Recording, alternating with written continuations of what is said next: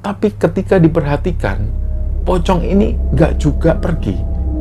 Akhirnya dengan memberanikan diri, satu orang warga ini terus melewati sosok pocong tersebut. Dan begitu dekat dengan pocong ini, si pocong ini ngomong sesuatu. Baru pulang toh dek. Beliau masuk gang sempit itu, pas melewati rumah Cik Wa itu agak menghadap ke kiri, karena yang di sebelah kanan dia membawa beban yang banyak. Begitu melewati depan rumah Cik Wa, ternyata dipanggil. Dul, dari pasar toh Dul. Lah Pak Dul ini nggak sadar kalau Cik Wa ini sudah lama meninggal. Ya Pak Dul jawab biasa, oh iya Cik, mari Cik. Begitu sampai rumah, Pak Dul baru sadar, la ilaha illallah, kan Cik Wa sudah meninggal.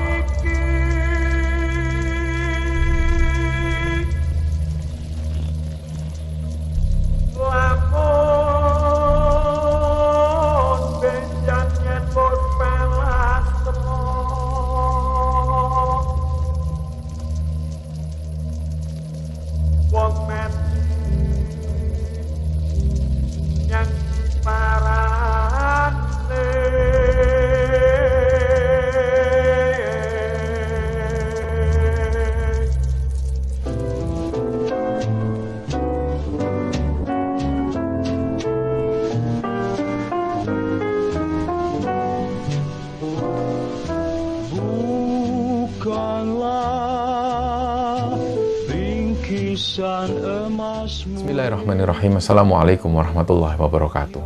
Sobat Kembara Sunyi dimanapun berada, pada kesempatan kali ini kami akan membagikan kisah yang dikirim oleh Sobat Kembara yang bernama Anis, yang asalnya dari Sidoarjo, Jawa Timur.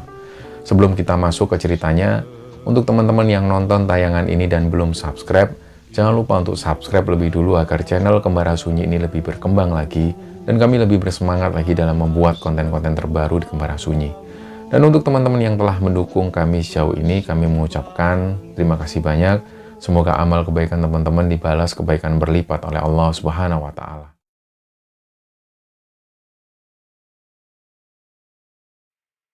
Ya, teman-teman sekalian, sebelum kami menceritakan cerita ini, perlu kami sampaikan bahwa nantinya dalam cerita ini nanti kami akan membahas tentang salah satu atau mungkin beberapa agama di sini.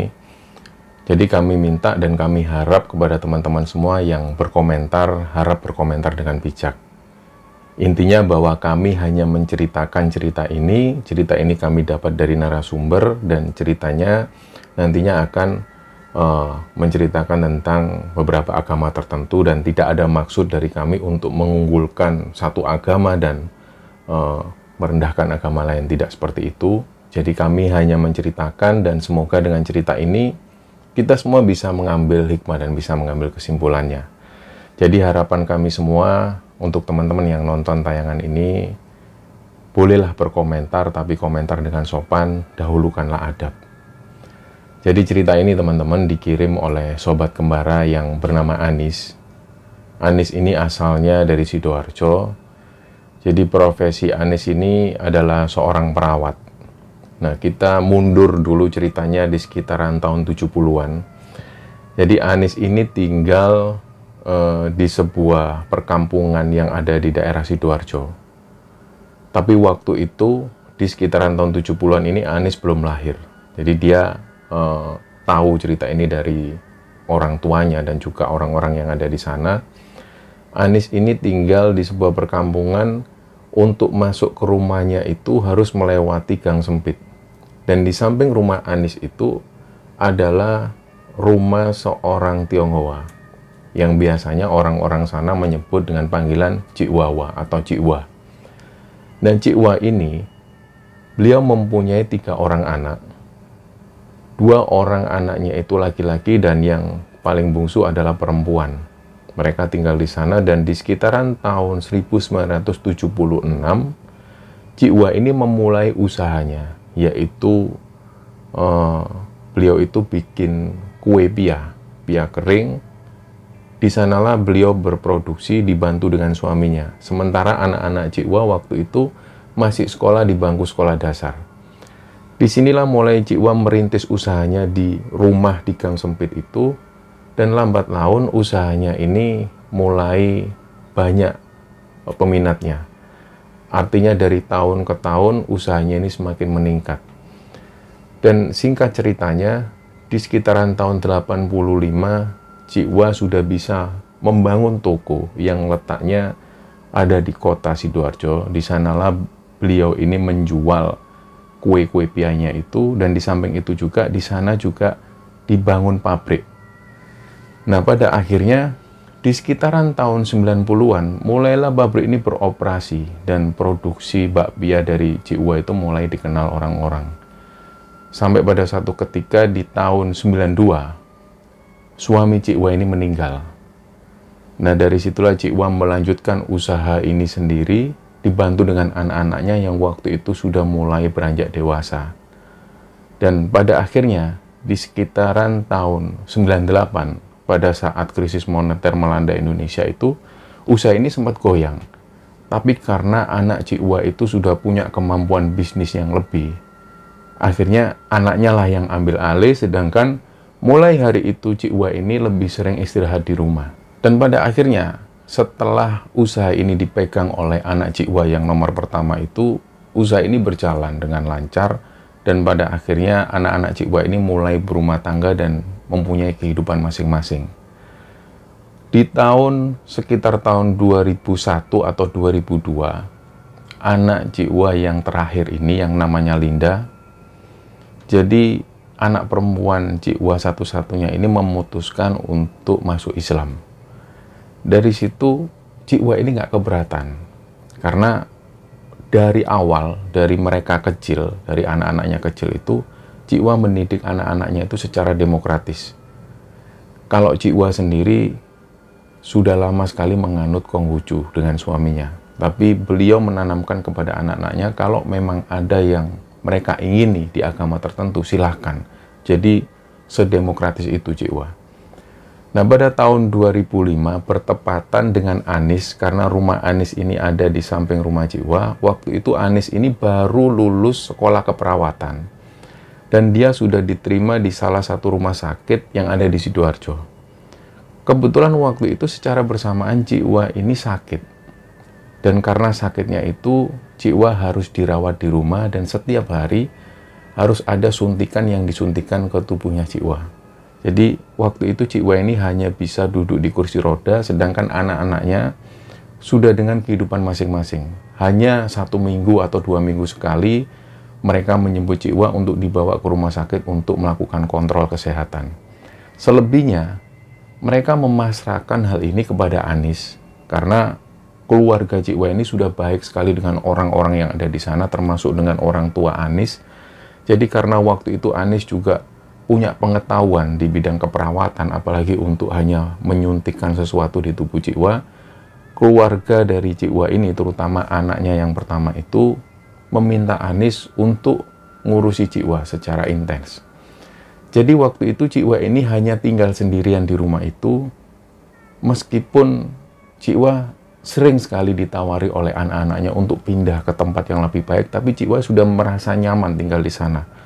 Sudah puluhan tahun lamanya beliau tinggal di sana dan sudah akrab dengan warga sekitar. Jadi Cikwa merasa nyaman tinggal di tempat itu, meskipun berada di dalam gang sempit. Nah, singkat cerita, selama Anis merawat Cikwa, hampir setiap hari dia ini datang. Dia datang menyuntikkan sesuatu, dan nggak hanya itu, Cikwa ini sering cerita ke Anis. Dari cerita-cerita ini, dari sering ketemunya Anis dengan Cikwa, akhirnya Anis ini sudah kayak dianggap anak sendiri. Bahkan sering kali ketika Anis butuh sesuatu yang berhubungan dengan material, kalau sampai Cikwa ini tahu, pasti Cikwa itu ngasih ke Anis. Jadi pada akhirnya Anis pun juga menganggap Cikwa ini sebagai ibunya sendiri. Dan di saat yang bersamaan anak-anak Cikwa ini juga nggak keberatan dengan Anis. Jadi mereka pun juga bersikap baik ke Anis. Nah, berjalannya waktu, pada satu ketika ada rombongan anak-anak ini, karena kebetulan waktu itu bulan puasa seperti sekarang ini, seperti biasa anak-anak kampung itu berkeliling ketika jam-jam sahur, jam 2 pagi itu mereka berkeliling mengitari kampung dan juga masuk ke gang-gang kecil termasuk ke depan rumah Cikwa ini. Jadi perlu diketahui bahwa di depan rumah Cikwa itu hanya gang sempit yang hanya bisa dilewati oleh orang berjalan. Jadi sepeda motor nggak bisa masuk. Nah, seperti biasa anak-anak ini keliling dan kemudian memasuki gang-gang itu. Nah, sebelum sampai ke rumah Cikwa, mereka bilang ke anak-anak yang lain, "Hey, stop. Karena mereka merasa berisik, mereka tahu bahwa Cikwa ini kondisinya sudah tua, sudah sepuh. Di samping itu juga beliau dalam kondisi sakit. Jadi waktu itu ada yang mengingatkan, ayo putar balik aja. Ini rumahnya Cikwa, kasihan." Ternyata pas waktu mereka ini berhenti, Cikwa itu keluar. Beliau keluar sambil manggil, siapa itu? "Anu Cikwa, ini mau bangunin sahur. Ini loh, kesini yo, ada pisang." Ternyata mereka itu dikasih pisang sama Cikwa. Dan hal itu terjadi sering kali. Setiap kali mereka sahur, akhirnya mereka sering melewati rumah Cikwa dan dipanggil Cikwa untuk dikasih sesuatu. Entah itu pisang, kadang-kadang juga bakpia. Pokoknya pada saat mereka lewat sana, Cikwa itu selalu ngasih. Nah, pada saat itu setelah Lebaran, tepatnya 1 bulan setelah Lebaran, Cikwa ini ngomong ke Anis, "Nis, kamu itu kenal sama Ustadz Fajar?" "Oh, Ustadz Fajar yang ngajar ngaji itu tadi." "Iya." "Ya kenal, Cik, kenapa emangnya?" "Boleh ndak aku anterin ke sana? Aku mau ngomong sama Ustadz Fajar." "Oh iya, Cik, orangnya adanya sore. Nanti biar Anis antar ke sana sore pas Ustadz Fajar ngajar ngaji." "Oh ya wis." Akhirnya sore itu diantarlah. Jadi Cikwa itu duduk di atas kursi roda, diantar menuju ke masjid tempat Ustadz Fajar ini mengajar. Dalam perjalanan itu Anis ini bertanya-tanya, kenapa ya kok Cikwa ini nyari Ustadz Fajar, kenapa? Nah, begitu sampai pas Ustadz Fajar ini lagi ngajar ngaji, dipanggillah sama Anis, "Assalamualaikum Ustadz, ini Cikwa mau ketemu." "Oh iya, ada apa ya Cik?" Terus disinilah Cikwa ini pengen masuk ke dalam masjid, dipopong oleh orang-orang yang ada di sana. Begitu Cikwa duduk, Cikwa ini ngobrol dan ada Anis di sampingnya Cikwa. Ternyata Cikwa ini tanya-tanya ke Ustadz Fajar, "Ustadz Fajar, kalau misalnya aku mau masuk Islam di sini bisa?" Lah Ustadz Fajar ini kaget, "Loh, bisa Cik, tapi Cikwa apa sudah izin sama anak-anaknya?" "Kalau aku sih nggak perlu izin, ini aku sudah niat pengen masuk Islam. Itu caranya gimana?" Nah, beliau tanya seperti itu, akhirnya dijelaskan oleh Ustadz Fajar, dipastikan lagi supaya Ustadz Fajar ini artinya nggak ngelancangi hal itu. Dia minta kontak anak-anaknya Cikwa kepada Anis ini. Setelah dia dapat kontaknya, Ustadz Fajar pun menelpon salah satu dari anak-anaknya Cikwa. Dan waktu itu yang ditelepon adalah Bu Linda ini. Jadi Ustadz Fajar tanya, ini Cikwa kesini." Diomongkanlah oleh Ustadz Fajar bahwa Cikwa ini pengen masuk Islam. "Gimana, C?" Awalnya Linda ini juga kaget, "Loh, masa sih mama ke situ?" "Iya, ini kesini, coba ngomong sendiri sama mama." Akhirnya Cikwa pun ngomong ke anaknya ini, "Iya, ini mama mau masuk Islam." "Mama itu serius, ta?" "Iya, serius." "Ya wes, kalau mama serius, ya sudah, nak apa-apa, sudah benar sama Ustadz Fajar." Akhirnya dari situ Cikwa ini pun bersahadat. Dan singkat cerita, setelah Cikwa ini menjadi seorang muslim, orang-orang kampung itu juga kaget. "Loh, Cikwa ternyata masuk Islam." Mereka nggak kepikiran sama sekali kalau sampai pada akhirnya Cikwa ini masuk Islam. Nah, singkat cerita, berjalanlah waktu. Cikwa itu selalu minta tolong ke Anis untuk diajarkan caranya wudhu, caranya sholat. Dan tentu Anis waktu itu mengajarkan dengan senang hati. Karena di satu sisi lain, Linda, anaknya yang sudah mu'alaf itu juga nggak bisa secara intens mengajarkan ke Cikwa cara berwudu, cara sholat, dan lain sebagainya. Jadi Anis ini berperan penting pada kehidupan Cikwa setelah beliau itu mu'alaf. Dan bertahun-tahun lamanya Cikwa itu mulai bisa sholat. Pada akhirnya dia minta untuk diajarkan caranya ngaji. Nah, pada hari-hari itu semakin dekatlah Anis ini dengan Cikwa, dan sampai satu saat Cikwa ini tiba-tiba mendadak beliau itu pingsan. Jadi karena Anis itu panik, dia menelpon salah satu anaknya, di samping itu juga dia panggil tetangga-tetangga, dibawalah ke rumah sakit. Ternyata ketika sampai di rumah sakit, Cikwa ini sudah meninggal. Nah, setelah Cikwa ini meninggal, Linda anaknya yang terakhir itu meminta supaya Cikwa ini dimakamkan di kampung itu. Dimakamkan secara Islami. Jadi proses pemandian jenazah itu dilakukan oleh penduduk yang ada di sana. Dihadiri juga anak-anak Cikwa yang lain. Anak pertama, anak kedua, dan anak ketiga. Setelah itu jenazah Cikwa disolatkan dan dibawa ke pemakaman. Nah, singkat cerita, setelah dimakamkan ini, Linda sempat ngomong ke Ustadz Fajar, Ustadz Fajar, ini kami ada uang yang nggak seberapa, mungkin kalau nanti ada kurangnya, Ustadz bisa hubungi saya cuma pengen mama saya ditahlili di tempat ini, jangan di rumah karena nggak cukup. Nanti saya sendiri juga nggak tahu banyak berapa harinya tahlilan ini, yang jelas ini nanti Ustadz Fajar minta aja ke saya kurangannya. Nah, pada akhirnya digelarlah tahlilan untuk almarhumah Cikwa ini di masjid itu. Nah, tahlilan ini berjalan sampai 7 hari lamanya, dan setelah itu ternyata ada selentingan-selentingan kabar bahwa ada laporan dari penduduk kampung ini yang mereka itu sempat didatengin sosok Cikwa. Nah, waktu itu ada satu orang, beliau itu sempat bilang ke tetangga yang lain, sampai pada akhirnya ini jadi perbincangan umum. Orang ini mengaku malam itu pas waktu beliau ini pulang kerja, tiba-tiba di ujung gang itu dia ngelihat ada sosok pocong, tapi ketika diperhatikan, pocong ini nggak juga pergi. Akhirnya dengan memberanikan diri, satu orang warga ini terus melewati sosok pocong tersebut, dan begitu dekat dengan pocong ini, si pocong ini ngomong sesuatu, baru pulang toh dek. Nah, disitulah langsung dia itu merasa merinding. Akhirnya ketika sampai rumah, dia cerita ke istrinya. Yang pertama kali dia cerita, itu tadi dia ngelihat pocong, tapi suaranya dia kenal. Setelah diingat-ingat lagi, loh Bu, itu kayaknya bener, itu suaranya Cikwa. Pak, Cikwa kan sudah meninggal, nggak usah lah ngomong yang aneh-aneh. Nah, dari cerita inilah, cerita itu kemudian menyebar kemana-mana, sampai pada akhirnya Anis ini juga dengar. Pas waktu Anis mendengar cerita ini, Anis itu juga agak prihatin. Kenapa ya kok orang-orang ini ngomongin tentang Cikwa, yang Cikwa jadi pocong lah, yang Cikwa jadi hantu lah.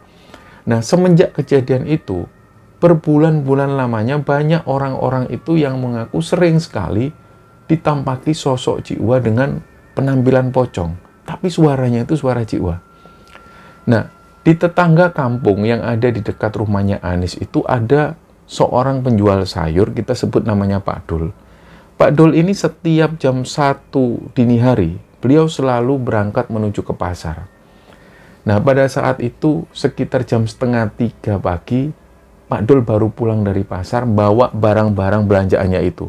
Jadi karena saking banyaknya belanjaannya itu, beliau masuk gang sempit itu, pas melewati rumah Cikwa itu, agak menghadap ke kiri, karena yang di sebelah kanan, dia membawa beban yang banyak. Begitu melewati depan rumah Cikwa, ternyata dipanggil, Dul, dari pasar toh Dul. Lah, Pak Dul ini nggak sadar kalau Cikwa ini sudah lama meninggal. Ya, Pak Dul jawab, biasa, oh iya Cik, mari Cik. Begitu sampai rumah, Pak Dul baru sadar, la ilaha illallah, kan Cikwa sudah meninggal. Lah, itu tadi suara siapa? Dari sinilah keesokan harinya, Pak Dul juga cerita ke orang-orang bahwa dia ini disapa oleh sosok Cikwa. Nah, kejadian ini terjadi sampai lama sekali. Jadi, Cikwa itu menampakkan diri nggak selalu setiap hari. Kadang 1 bulan sekali, kadang 3 bulan sekali. Tapi hal itu terjadi sampai bertahun-tahun. Sampai 3 tahun lamanya, orang-orang itu masih sering didatengin sosok Cikwa. dan sering juga mendengar suara Cikwa tapi tanpa wujud. Nah, sampai kemudian Anis sendiri ini nggak percaya. Kok orang-orang ini sudah bertahun-tahun lamanya masih terus ngomongin tentang Cikwa. Emangnya Cikwa itu hantu apa gimana? Anis ini nggak terima. Karena dia tahu betul pribadi Cikwa itu seperti apa. Beliau orangnya baik, nggak pernah ngerasani orang, nggak pernah ngomongin orang. Jadi Anis nggak percaya. Ternyata sampai pada satu ketika, 3 tahun setelah Cikwa ini meninggal, Anis itu dalam posisi pulang kerja. Dia capek banget waktu itu, dan belum sempat menuju ke kamar mandi untuk cuci tangan, cuci kaki, dia langsung tidur. Nah, dalam tidurnya itu, Anis ini dengar ada yang manggil-manggil, Nis, Nis, Anis. Anis pun keluar. Siapa ya manggil-manggil? Anis ngeliat jam, masih jam setengah 12 malam. Ada suara lagi, Nis, Anis. Anis ini langsung kaget merinding, karena dia tahu loh, ini kan suaranya Cikwa. Begitu Anis ini buka tirai, nggak jauh dari rumah Anis itu berdiri sosok pocong. Wajahnya itu pucat. Anis sendiri nggak bisa memastikan apakah ini wajahnya Cikwa.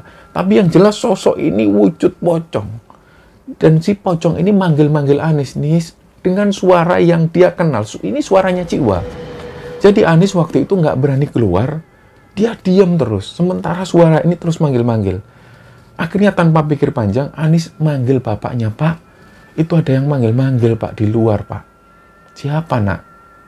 Nggak tahu, Pak. Anis ini takut suaranya kok kayak suaranya Cikwa. Ah, sudahlah. Bukan itu, bukan. Kamu jangan ngarang-ngarang. Cikwa itu bukan hantu, Cikwa sudah meninggal. Nah, setelah bapaknya ini bangun, ternyata nggak ada lagi suara itu. Beberapa hari kemudian, pas waktu Anis ini tidur, tiba-tiba dia dengar ada suara ketukan pintu. Jadi, nggak tahu kenapa Anis ini bangun, tanpa dia lihat situasi di sana, tanpa dia membangunkan orang tuanya, dia bangun sendirian, dibukalah pintu ini tanpa membuka tirai lebih dulu. Begitu pintu ini dibuka, dia ngelihat ada sosok pocongnya Cikwa. Kali itu, wajahnya ini jelas banget bahwa ini wajahnya Cikwa. Jadi pocong ini dengan wajah Cikwa itu senyum sambil ngomong, Nis, kamu sudah tidur toh, Nis. Disitulah Anis sudah nggak bisa nahan, dia pingsan waktu itu. Sampai subuh harinya baru dibangunkan orang tuanya. Nis, bangun Nis, kamu ngapain tidur di sini? Barulah Anis cerita.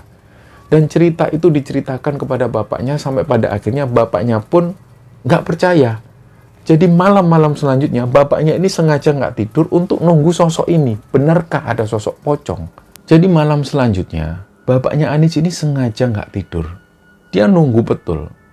Benarkah ada pocong? Dia nggak percaya.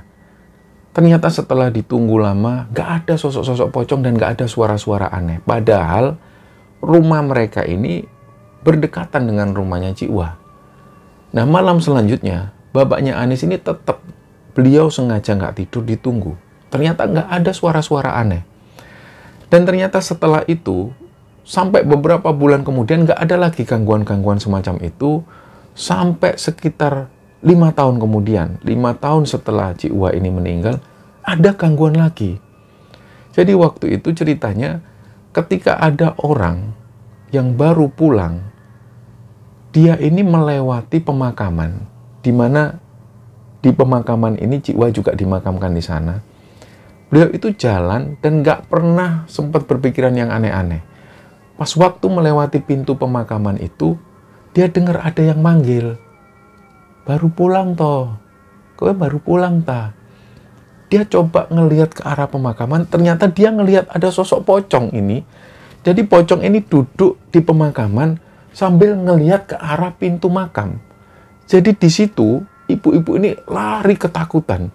Tapi waktu itu dia nggak sadar apakah ini pocong Cikwa seperti yang diceritakan orang-orang. Dia nggak sadar. Dia hanya cerita ke warga yang ada di sana bahwa dia ditakutin oleh sosok pocong yang ada di dalam pemakaman. Nah, setelah itu ada lagi teror-teror. Jadi waktu itu ketika anak-anak ini musim petasan, mereka itu main petasan. Dan pulangnya mereka melalui gang sempit persis di depan rumah Cikwa itu. Nah, pas waktu mereka ini lewat di depan rumah Cikwa malam hari sekitar jam 9 malam itu, ada satu anak itu yang ngelihat ke arah rumah Cikwa. Jadi rumah Cikwa ini sudah lama kosong, sudah lama dibiarkan kosong. Ternyata malam itu ada satu anak yang ngelihat di dalam rumah Cikwa itu ada yang ngintip dari balik tirai. Disitulah dia teriak-teriak, jadi anak-anak ini berlari ketakutan. Akhirnya muncul lagi cerita tentang Cikwa. Sampai pada akhirnya orang-orang ini pun menganggap bahwa rumah Cikwa ini angker. Dan banyak juga orang-orang yang kemudian akhirnya berpikir bahwa Cikwa ini gentayangan. Nah, sampai bertahun-tahun kemudian, tepat 8 tahun setelah Cikwa ini meninggal, waktu itu anaknya Cikwa ini datang. Jadi Linda ini datang mendatangi Anis. Dia cerita, "Nis, kamu itu pernah dimimpiin mama, ta?" Maksudnya pernah dimimpiin Cikwa. Lah Anis ini juga heran, kenapa kok Cilinda tanya seperti ini? Nggak pernah, C. Anis jawab, nggak pernah. Oh ya wes, Nis, kenapa emangnya, C? Disinilah Linda itu cerita. Ternyata Linda itu sering dimimpiin Cikwa. Beliau itu datang pakai kain kafan. Jadi benar-benar pocong, tapi wajahnya itu Cikwa. Linda itu bilang seperti itu. Jadi mimpi ini terjadi hampir sekitar 2 kali lebih. Waktu itu Linda ini tidur seperti biasa, rasanya seperti sadar dan nggak sadar. Tiba-tiba dia dibangunkan oleh sesuatu dan Linda ini bangun. Dia kaget ngelihat ada sosok pocong tapi wajahnya itu wajah mamanya, wajahnya Cikwa. Nah otomatis Linda tanya, "Loh mama ngapain di sini?" "Nggak apa-apa, mama cuma kangen." Setelah itu ketika Linda ini mau meluk, sosok pocong ini tiba-tiba menghilang. Akhirnya dari situ Linda kebangun. Ternyata mimpi. Nah beberapa hari kemudian Linda mimpi lagi. Dia ditemui sosok Cikwa. Tapi waktu itu beliau nggak pakai kain kafan. Nggak berpenampilan seperti pocong, tapi beliau itu naik kursi rodanya. Awal-awal dia itu dengar ada suara kursi roda yang jalan.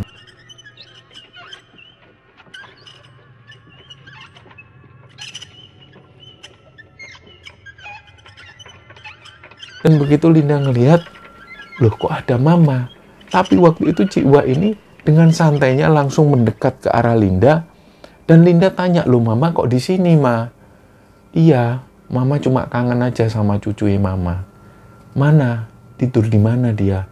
Nah kebetulan waktu itu anaknya Linda ini tidur di kamar sebelah. Jadi Linda cuma bilang, "Ada Ma tidur di kamar sebelah." Setelah itu Cikwa ini pergi. Nah begitu Cikwa ini pergi keluar dari kamar, Linda kembali sadar. Dia kebangun dari mimpinya dan baru sadar, oh ternyata cuma mimpi. Ternyata keesokan harinya, anaknya Linda yang waktu itu duduk di bangku kelas 1 SMP, dia datengin mamanya, "Mah, tadi itu nenek datengin aku." "Kapan?" "Tadi malam." "Dateng gimana?" Jadi anaknya ini cerita, malam itu pas dia tidur, dia melihat wujud neneknya. Melihat wujud Cikwa itu datang masuk kamar. Sampai bahkan cucunya ini bisa megang tangan dari Cikwa. Jadi itulah yang diceritakan oleh anaknya Linda. Linda sendiri juga nggak percaya. "Masa iya? Kamu memang benar pegang tangannya nenek?" "Iya mah, tak pegang mah. Tangannya itu dingin." "Oh ya sudah, kalau nanti ketemu lagi, kamu bilang ya, mama kangen." "Iya mah." Ternyata setelah itu dia nggak lagi didatangin. Meskipun Linda sendiri juga nggak didatangin. Akhirnya dari cerita ini, Anis pun juga tahu ternyata Linda ini juga sering didatangin oleh sosoknya Cikwa. Nah beberapa bulan setelah itu, nggak ada lagi gangguan-gangguan. Tapi warga masih memandang negatif kepada sosok Cikwa. Mereka masih meyakini bahwa rumah Cikwa ini masih angker. Rumah Cikwa ini dipercaya ada hantunya. Nah satu kali, Anis ini didatengin lagi sama Linda. Linda datang cerita lagi, "Nis, Cece kok ngimpi lagi ya? Mimpi mama." "Mimpi apa lagi, Ce?" Ternyata waktu itu Linda ini cerita, dia tidur, dan dalam tidurnya ini sama seperti sebelumnya. Dia merasa antara sadar dan gak sadar. Tiba-tiba Cikwa itu masuk kamar dan langsung duduk di samping Linda. Dan waktu itu Linda ini tanya, "Loh mama ngapain kesini lagi?" Waktu itu Cik ini nggak pakai kain kafan, jadi tampilannya nggak seperti pocong. Beliau pakai busana di masa-masa lalu, jadi di era-era tahun 70-an. Cik itu ngomong ke Linda, kamu itu bilang kukumu, mosok ada barang di liang kubure mama, suruh ambil. Jangan sampai di situ, suruh ambil. Nah, Linda ini juga bingung, barang apa, Ma? Sudahlah, pokoknya ambilan. Mama ndak mau ada barang-barang itu. Akhirnya Cik ini pun pergi. Beliau keluar, dan Linda kebangun dari tidurnya. Dia masih nggak paham ini arti mimpinya apa. Diceritakanlah ke Anis, dan waktu itu Anis sendiri juga nggak paham. Ya sudah, Cewong, mungkin namanya juga bunga tidur. Cece mungkin nggak ada artinya apa-apa mimpi itu. Ya sudahlah, akhirnya Linda ini pun pulang. Dia masih nggak tahu tentang arti mimpi ini. Jadi berhari-hari kemudian, sampai 2 minggu setelah Linda mimpi seperti ini, ada orang yang datang ke rumah Anis. Satu orang ini diantar oleh tetangganya Anis. Dia mengucapkan salam, Assalamualaikum. Keluarlah Anis, dia lihat ada bapak-bapak, beliau pakai peci hitam, dan satunya lagi tetangganya sendiri. Anis tanya, ada perlu apa ya, Pak? Ini Lonis, ada yang mau ketemu kamu. Akhirnya bapak-bapak ini mengenalkan diri, namanya Pak Nur. Dipersilakanlah masuk oleh Anis, dan waktu itu kebetulan juga ada kedua orang tuanya Anis di ruang tamu. Ditemuilah. Beliau ini bilang namanya Pak Nur. Akhirnya Anis ingat, loh, Pak Nur, mohon maaf, ini Pak Nur yang punya pondok pesantren di sana itu toh. Akhirnya beliau bilang, iya Nduk, bener Nduk. Kok tahu Nduk? Barulah Anis ini heran, loh, Pak Nur ini kan kiai yang punya pondok pesantren. Kok datang ke sini ini ada apa? Ya Anis sendiri juga merasa tersanjung waktu itu. Ditanyalah lagi, ada apa nih kiai? Ada keperluan apa? Disinilah akhirnya Pak Nur ini, yang tidak lain adalah seorang kiai yang punya pondok pesantren ini cerita. Kedatangan Pak Nur ke sini ini bukan tanpa sebab. Jadi 2 hari sebelum Pak Nur ini menuju ke rumah Anis, Pak Nur ini sering bermimpi. Jadi dalam selang waktu 5 hari, Pak Nur ini mimpi 3 kali hal yang berturut-turut, hal yang sama. Dia itu didatangin sosok perempuan. Perempuan ini dalam mimpinya Pak Nur tahu ini adalah bangsa jin. Pak Nur sering bermimpi ketemu sosok-sosok seperti ini. Jadi sosok perempuan ini, dia ketawa-ketawa dari kejauhan sambil nutup mulut. Akhirnya karena Pak Nur ini tahu bahwa ini adalah sosok jin perempuan, dipanggillah sama Pak Nur. Rene, ono apa, Rene? Si perempuan ini ketawa-ketawa. Akhirnya dia mendekat. Kenapa kamu ketawa-ketawa? Ada perlu apa kamu? Ceritalah sosok jin perempuan ini. Aslinya aku. Aslinya kamu itu apa? Intinya, sosok jin perempuan ini cerita bahwa ternyata selama ini yang membuat huru-hara di kampung Anis ini adalah sosok jin perempuan ini. Dia sengaja mendo-mendo istilahnya. Dia sengaja menyerupai sosok Cikwa supaya orang-orang kampung ini tahu dan supaya orang-orang kampung ini memandang negatif ke Cikwa. Dan ada tujuan tersendiri. Ternyata si sosok jin perempuan ini menyadari bahwa Cikwa ini orang baik. Dia ingin menunjukkan ke semua orang kampung supaya nanti pada satu saat orang kampung ini pasti tahu siapa sebenarnya Cikwa. Terus Kiai ini tanya, terus gimana caranya orang kampung itu tahu kalau Cikwa ini orang baik? Pada waktu itu Pak Nur sendiri ini nggak tahu Cikwa itu siapa, rumahnya di mana. Dia tanya lagi ke sosok jin perempuan ini, dan waktu Pak Nur tanya, dia itu tiba-tiba pergi menghilang. Barulah beberapa hari kemudian dia datang lagi. Sambil dengan ketawa-ketawa seperti itu. Pak Nur tanya lagi, gini, Lungguh. Maksudmu seperti apa? Tolong jelaskan. Cikwa yang kamu maksud itu rumahnya mana? Dia cuma bilang, rumahnya 20 km dari sini ke arah selatan. Kamu cari sendiri. Nah, si sosok jin perempuan ngomong seperti itu ke Pak Nur. Akhirnya, ketiga kalinya, ketika beliau ketemu dengan sosok jin perempuan ini, dia akhirnya bilang, coba kamu temui, itu ada sesuatu di liang lahatnya. Coba kamu temui, suruh bongkar. Biar semua orang itu tahu siapa dia itu. dia itu hamba kesayangannya Allah. Nah, si jin perempuan ngomong seperti itu, Pak Kiai ini, Pak Nur ini yang sering sekali bersinggungan dengan makhluk-makhluk semacam ini, ada sisi nggak percaya. Karena, wah, bangsamu itu bangsa yang gedabrus, bangsa yang tukang bohong. Nggak sebegitunya Pak Nur ini percaya. Sampai pada satu ketika, ada terbesit dalam hati kecil Pak Nur itu tiba-tiba pingin mengunjungi kampung yang dimaksud oleh jin perempuan ini. Dan dia pingin cari tahu, benar nggak ada orang yang namanya Cikwa. Jadi datanglah ke sana Pak Nur dengan busana yang biasa. Beliau pakai celana panjang biasa, nggak seperti pada saat beliau ada di pondok pesantren. Dia nggak mau diketahui oleh banyak orang. Begitu datang di kampung itu, beliau ketemu sosok bapak-bapak dan Pak Nur tanya, "Ngapunten, saya mau tanya, di sini ini apa ada yang namanya Cikwa?" "Oh ada Pak, tapi sudah meninggal lama." "Rumahnya di mana nggih?" "Di sana Pak, coba saya antarkan ke tetangganya. Ini dia dulu yang merawat Cikwa ini." "Oh iya ya boleh." Nah disinilah akhirnya Pak Nur dipertemukan dengan Anis. Dan Pak Nur menceritakan hal ini, bahwa dia dapat informasi ini dari sosok jin perempuan. Selama ini yang membuat gonjang-ganjing adalah sosok jin perempuan ini. Pak Nur juga tanya, apa benar di sini ini memang terjadi penampakan-penampakan seperti itu? "Oh iya benar Pak Nur, benar Pak Yai. Memang seperti itu dan itu terjadi bertahun-tahun lamanya. Saya sendiri ini juga nggak percaya kalau Cikwa itu mendo-mendo seperti itu. Cikwa jadi hantu saya nggak percaya." Dan disinilah akhirnya mulai ada titik terang sedikit. Pada akhirnya dari sini Pak Nur pun pamit, ya sudah, kalau nanti satu saat ada keinginan dari pihak keluarga untuk membongkar makam dari Cikwa, jenengan hubungin saya enggak apa-apa. Nanti saya minta sama orang-orang yang ada di sini bongkar jenazah dari Cikwa. Kalau memang nggak ada permintaan dari keluarganya ya enggak usah. Pak Nur akhirnya pamit dan pada waktu itu Anis ini masih belum ingat apa yang diceritakan oleh Linda waktu itu, bahwa Linda ini mimpi Cikwa pernah ngomong bahwa ada sesuatu di liang lahatnya. Anis belum ingat. Dan pada satu ketika Linda ini datang lagi ke rumah Anis. Linda cerita lagi, "Nis, aku kok mimpi ini lagi ya." "Mimpi apa, Ce?" "Mimpi didatengin Cikwa.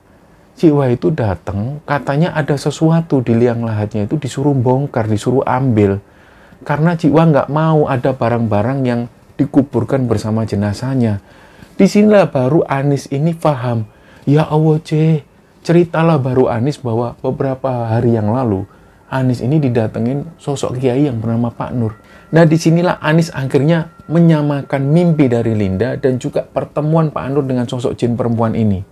Nah setelah diskusi panjang lebar, Linda sendiri juga nggak mau serta-merta langsung membongkar makam mamanya itu. Dia konsultasi dulu dengan kakak-kakaknya. Ditanyakanlah ke kakak pertamanya itu, "Ko, bener tak Koko itu memasukkan sesuatu ke liang lahat mama?" Nah, kokonya yang pertama itu bilang, "Enggak, ngapain? Kan yang ikut turun ke liang lahat mama itu kan si Anton. Coba kamu tanya Anton." Lah Linda tanya ke Anton, ke kakaknya yang nomor 2 itu, "Ko, waktu mama meninggal itu kamu masukin apa ke liang lahatnya mama?" Kelihatan dari gelagat Anton itu agak kaget. Enggak masukin apa-apa kok." "Loh kok bilang secara jujur, soalnya aku ini dimimpiin sama mama berulang kali. Ini juga ada hal yang harus tak omongkan ke kalian. Makam mama ini perlu dibongkar. Mama itu nggak terima. Bener tak kamu naruh sesuatu?" Akhirnya dari sini Anton jujur. Anton ini sempat memasukkan sesuatu. Dan benda-benda ini adalah sebenarnya benda-benda perhiasan dari mamanya. Mungkin ada pesan dari orang-orang di sekitar Anton atau ada hal-hal lain yang membuat Anton akhirnya terpaksa menaruh barang-barang ini di dalam liang lahat. Nah dari situ Linda ngomong ke Anton, "Kok ini masalah serius loh kok. Mau nggak mau makam mama itu harus dibongkar. Mama ini sudah muslim.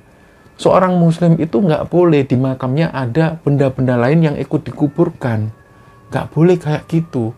Akhirnya Anton juga bilang ke Linda, "Ya sudah, wis enaknya seperti apa kamu uruslah. Kalau memang perlu dibongkar makam mama ya wis ambilin barang-barang itu."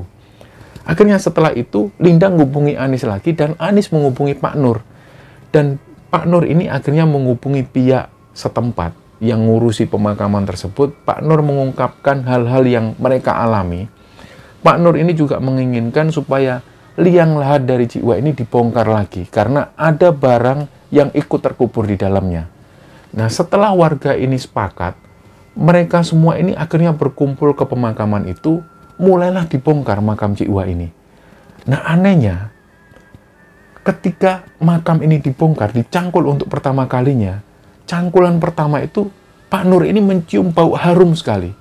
Nah, Pak Nur waktu itu sempat heran, ini makam ini sering ditaburi minyak wangi atau gimana kok baunya wangi gini. Nah, orang-orang saling ngelihat satu sama lain, enggak kok Pak, dari dulu ya seperti ini. Dicangkul lagi, sampai kelihatan jenazah dari jiwa, ternyata benar, di situ mereka melihat ada kotak yang berada di pojokan, persis di samping kepala jiwa. Kotak ini akhirnya diambil, dan warga di sana itu juga heran. Jenazah jiwa ini yang sudah dimakamkan lebih dari 9 tahun itu sama sekali nggak berubah. Kain kafannya itu bersih, sama sekali nggak mengeluarkan bau busuk, dan jasad dari jiwa ini masih utuh. Disitulah akhirnya orang kampung ini melihat kejadian aneh ini, mereka semua istighfar. Mereka yang selama ini punya pikiran negatif kepada jiwa, mereka yang pernah menganggap bahwa jiwa ini gentayangan, pada akhirnya pikiran mereka itu terbuka ketika melihat jenazah jiwa ini yang masih utuh dan mengeluarkan aroma wangi. Setelah itu akhirnya makam ini kembali ditutup, barang-barang yang tadinya dikubur bersama jenazah jiwa itu dibawa oleh Linda. Akhirnya dari situ orang-orang ini semakin menaruh respek kepada keluarga jiwa. Dari situlah orang-orang nggak lagi memandang negatif kepada jiwa, dan mereka sudah nggak menganggap jiwa ini adalah arwah gentayangan. Karena pada saat yang bersamaan, setelah membongkar makam ini, digelar sebuah pengajian, seperti acara syukuran, dan dalam acara syukuran ini, Pak Nur menyempatkan untuk memberi wejangan kepada warga kampung. Beliau berkata bahwa inilah janji Allah itu, kalian ini menyaksikan sendiri bahwa jenazah jiwa ini terlindungi, jenazah jiwa ini masih utuh, bahkan setelah 9 tahun lamanya. Ini yang nggak masuk akal, tapi ini nyata, terjadi di kehidupan kita, terjadi di sekitar kita. Jadi dari pengajian yang digelar oleh Pak Nur di masjid itu, akhirnya warga sekitar ini menjadi paham bahwa ternyata selama ini yang menghantui mereka, yang sering menampakkan diri dengan wujud pocong itu bukanlah sosok Cikwa. Cikwa sudah meninggal dan beliau insya Allah meninggal secara husnul khotimah. Selama ini yang menghantui mereka adalah sosok jin perempuan yang saat itu mengaku kepada Pak Nur sengaja menakut-nakuti warga dan sengaja membuat warga ini supaya matanya terbuka, supaya akhirnya mereka semua bisa melihat bahwa Cikwa ini adalah sosok yang berbeda. Nah, cerita inilah teman-teman yang dibagikan oleh Anis kepada Kembara Sunyi, dan semoga dari kisah ini kita bisa mengambil hikmah dan bisa mengambil pelajaran di dalamnya. Mohon maaf kalau ada salah-salah kata. Wassalamualaikum warahmatullahi wabarakatuh. Bukanlah bingkisan emas murni, tiada intan baiduri yang kan ku beri.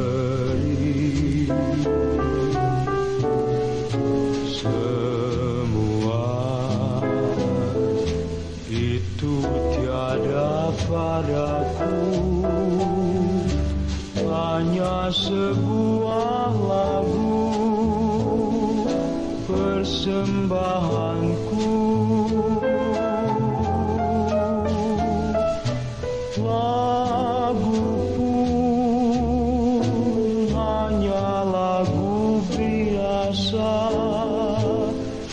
tiada merdu merayu, juga tiada